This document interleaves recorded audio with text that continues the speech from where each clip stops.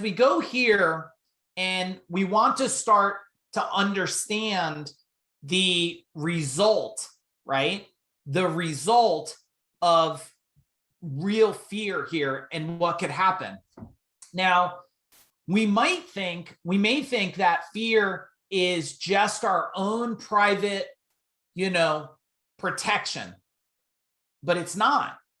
Understanding that people want to have power. They do. Okay. I don't think anybody wakes up. Do any of you wake up and say, I hope I'm weaker? I hope I'm less powerful? Do any of you do that? You're like, good morning. Today, I hope I am so weak. Like, I don't think that happens with people. They want power. But I do want you to understand something, that you've been taught to have no power at all. Let me make my point. When you were born, first, your parents or whoever brought you up, we'll just call it parents for sense of conversation, they told you what to do and not to do. Correct? Now, how many of you have a child or a little child or had a child or know someone that constantly pushed back on authority? Tell me. And it's probably some of you. I see some of you here. It's probably some of you. I could tell, right? You pushed back on authority. I'm not listening. I'm not going to do what that teacher says. They're mean. They're not doing it. And you tell them, you are to listen to me. You are to do this. I am the parent. You are the child. Now, this ain't to make you feel bad, because I understand, like, you're there to serve them. Do you think you're giving them power or deflating them for life? What do you think's starting to happen? You're starting to say, whoa, I'll slap the hell out of you and I'll show you who's more powerful, right? I'll whip you. I'll grab a switch. I'll grab a belt, and I'll let you know who's in power. And it ain't you, little boy. And what you call it is discipline. The more older school you are, the more older school the environment you grew up in, the more you led by a state of power. And you know what it was called? Leading by creating fear. Isn't that true? Didn't you lead by creating fear? You'll go in the corner. I'll smack you. You'll lose ice cream. You won't eat. You won't see your friends. So what I do is they create such a state of fear, you lose your power. Welcome to today. Now, some of you are going like this. Holy shit, I really fucked up my kids. No, it's okay. They probably rebelled you and went on their own early and said, F off. I'm going to get my own power. That's probably what they did. And some of them told you a thing or two, didn't they? And some of you went, congratulations. I'm just glad your ass is out of the house, Mr. Powerful One. And some of you said, oh man, okay. Do you ever tell, you got to love this. In school, they tell the kid, stop talking, be quiet, lower your voice. Then the kid's 18 years old and he's talking to you, and dads and moms, what do you tell him? I can't hear you. Speak up. Speak up for yourself.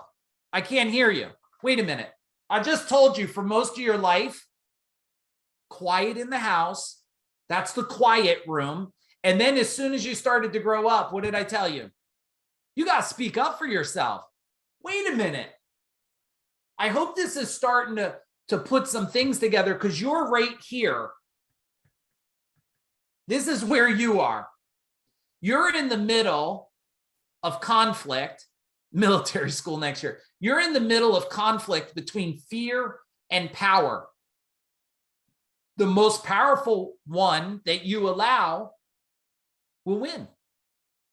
It just happens today. Fear is coming by a tsunami of You can't do this, right?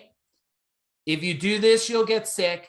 If you do this, you'll die. If you do this, you're a bad person. Like someone told me the other day, don't worry, I got my thing. You're safe. I don't feel safe by you. So don't tell me feel safe, because I don't feel safe by you. Right? Don't put your things on me. No, don't worry. You don't have to be afraid. I'm not afraid, but I'm going to stay in a state of my own power. Right? So my question is, if you look at all aspects, when we did the identity training, right, and we look at the wheel of life, for some of you that did the change the channel training or other trainings, you could start to look and say, wait a minute, in my relationship, where do I have fear? Where do I have power? Now, remember, power is not over someone. Power is internal. Power of freedom. Write that down. Power of freedom. To be exactly who you are, how you are, what you want to say, what you want to do. Now, will everybody love your power? I don't know. Everyone who loves you and understands you will. But the more you respect other people's ability to become stronger, more powerful. Now, a lot of people look at power as aggressiveness versus strength, right? Because you have, when you look at things like governments and things, you think of aggressiveness.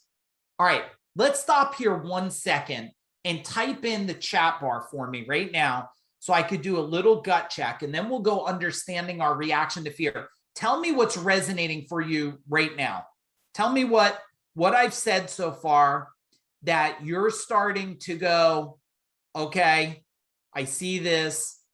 I know where it is in my life. I'm starting to realize I have a program. I'm starting to realize I've been conditioned. I've been a shitty dad. It's okay. It's not over yet. You have time. I have way too much fear. Okay. And we're going to start working on that now. We create stories that are not accurate. Yeah. A lot of times they're stories. Great insights of fear versus power. Yeah. Right.